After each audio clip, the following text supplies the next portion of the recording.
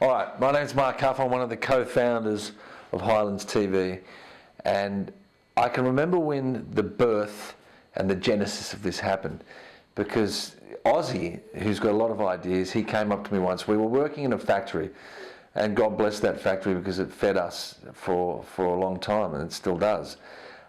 It was 5 a.m. in the morning. It was about -5. It was a very bitter morning. And Ozzy comes up to me in the factory and he goes, almost like, I've had this dream, like he's had this epiphany, you know. And I said, okay, Oz, what is it? And he goes, I want to start a television station, Highlands TV. And I just looked at him and I thought, you are insane. So from there, we went on and we just started talking, and as I think's been reiterated in some interviews, you know, other men go out and play sport, fishing and stuff like that. Oz and I don't do any of that.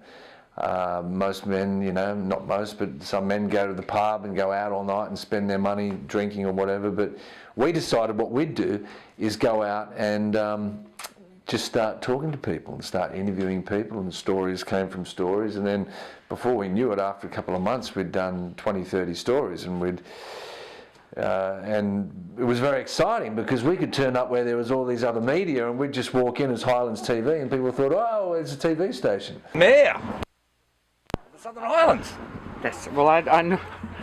I wouldn't be wearing this otherwise. It'd be a bit much over the top. Okay, are we in shot there? So, am I looking at you? No, you're looking at camera. Okay. Well, you're talking to me, but looking at camera. Okay. Sort of. Yeah. No, you can talk to me. Yeah, you can talk to me, yeah. I'll talk to Okay, I'm rolling sound. Okay, with us now is Juliet Arkwright, the Mayor of the Windsor Caribbean, the Southern Highlands. How are you, Juliet? I'm very well, thank you. So it was great, yeah. So that's how it all started, and from little things, big things grow. All right, great. So tell us about that first night that you just hit the streets in Barrel, you and Ozzy. Yeah, that was an interesting night. Yeah, that was DJ Goodwill. That's right, DJ Goodwill. And before we actually got to the venue, we were running into people on the street. And, you know, a good thing about the way we work with Highlands TV, and this is something that I've always liked, is that Oz films very quick, and you don't get a chance to have 2 or 3 takes. So when you've got the person in front of you, and when you're doing it, you've got to get it. And we run into Peter Smythe, we run into Hayden, and we run into a few other people, but we interviewed DJ Goodwill, and it was a great night, and it was the first story. But one of the most memorable events and footage that we got was young Michael, how do you pronounce your surname there, Michael? Tazinski, yeah. One of the great moments when I thought we've finally made it was when we were standing on top of the Royal Hotel in Barrel. We had the drone flying up, we had the traffic stopped, and it was just one of those moments where I thought, this is really kicking in.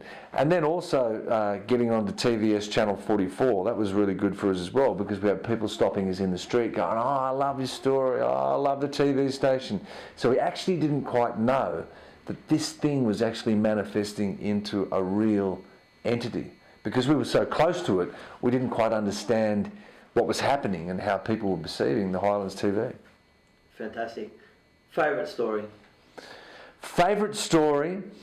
I know it sounds a little bit odd. I'm going to tell you the funniest story, and then I'm going to tell you the favourite story. The funniest story was, Oz rings me up, and I'm on a garbage truck, because that's what I was doing at the time. And he goes, we're going to do this story on this boxing club. And I just had dirt. Are we allowed to say shit on camera? Or No. I had dirt and crap all over me, and my face was all full of dirt and clothes and everything. And I jump out of this truck, and Oz goes, right, let's get into it. And I look back at the footage, and I'm standing there. I'm standing there talking to these big macho boxer men, and I just look like this guy that's come out of the garbage tips. How are you, Andrew? Good. Yourself? Yeah, well, fantastic, mate. Listen, there hasn't been a boxing gym here before, and if there has, it's been a long time between fights. How did you start to do this, and why did you bring this about? And I'm asking them all these serious questions, And they're just looking at me going, who the flippin' heck is this guy? And hopefully lead them into getting a champion out of someone. Now, driving along here, we're in Railway Parade for all the listeners here. But my favourite story would be, well, I've got two favourite stories. The first one was interviewing, I've forgotten his name, that's how favourite it is, but Red Fury. Cars like Red Fury is such a sort of powerful, distinguished kind of, Red Fury. Yeah. What was the other ones? I can't remember for the life of me. I've got some shots of one or two of the others. Do you know why Lloyd called it Red Fury? No, I have no idea. Again, I was 5 years old, so I was probably thinking about what was other he things. thinking? Well, he painted it red, so... Yeah. It sort of sounds like a film, doesn't it? Red Fury. Which was the go-kart, the first go-kart race, which was held in the 1950s, I believe, down Bong Bong Street, and we interviewed the son, who is now 60, 70 years old. His father had built this billy cart called Red Fury. Here we are, 1950s Bong Bong billy cart races here in Barrel. It's 1950 and Red Fury has taken it again. He's taken it. He's left them all behind. All the other carts are behind. It's a disappointment for the fathers and sons of the other billy carts. But it's Red Fury. Red Fury runs right through, down through the main street and has won and glorified its own name, and it will go down in history forever, Red Fury.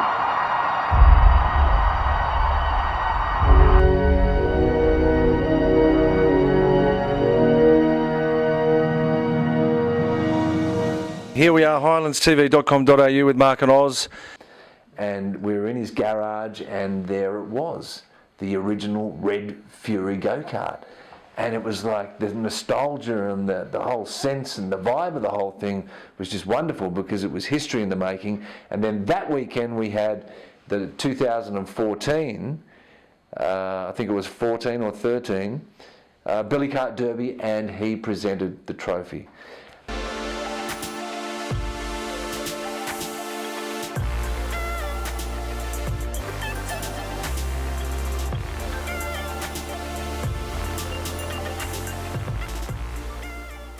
We've also got Max King, Max to present the prize. Max's father, 50 years ago, won the event on Red Fury, wasn't it?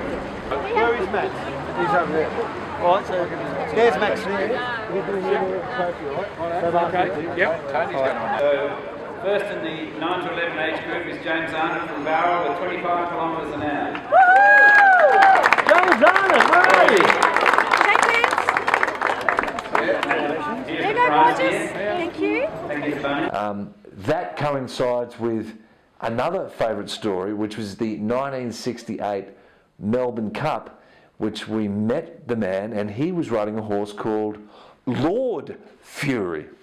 So, and the funniest thing about that story was that he'd won the Melbourne Cup, and this poor jockey still didn't get to eat anything the whole day, because by the time he'd done a TV show at night in Melbourne, he went back to where his wife was at the hotel. The kitchen had closed.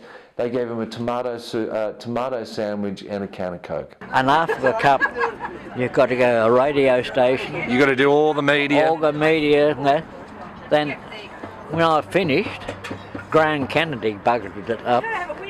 That'd be right. He wouldn't put me on until the last bit. And when I got back into town, all the parties were over. They were coming out. So you were standing there by yourself going, what am I doing? And I went back to my hotel. I said, have your last dance now. So my wife and I had the last dance. And we sat down. I said, now can I have something to eat now? And they said, oh no, the kitchen closed. Kitchen closed, right. Can I have a drink? No, the bar closed. 10 o'clock closed and we cannot serve a drink. So I said, what about room service? Oh, no room service. So you had to wait till the next day? No, I finished up getting a tomato sandwich. Right. And a Coca-Cola. And a Coca-Cola. At the last. Lord Fury and Red Fury. Red Fury. Red Fury. Fantastic. All right, Mark, where do you see Highlands TV in the next 5 years?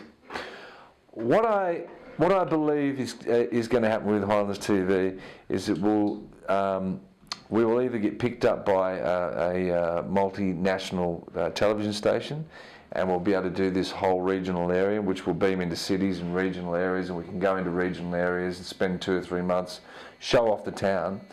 The other thing that I'd really like to see happen is for us to have our own presence on free-to-air TV, and I think that will happen. Fantastic. Or our own shows on SBS or ABC. Well, no, let's go to Channel 9. Yeah, no, maybe 10. Mark, you've worked, you made a short film with us. Tell us about that.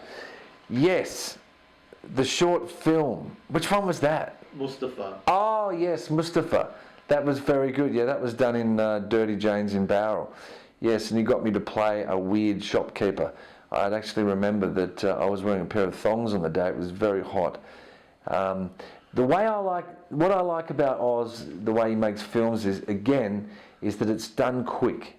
And he's the kind of filmmaker and producer and director that once he knows he's got it, there's no point in doing it again. Where with other people, it's like this, do it 10 times, do it 15 times, and they fix it in the edit and cut it.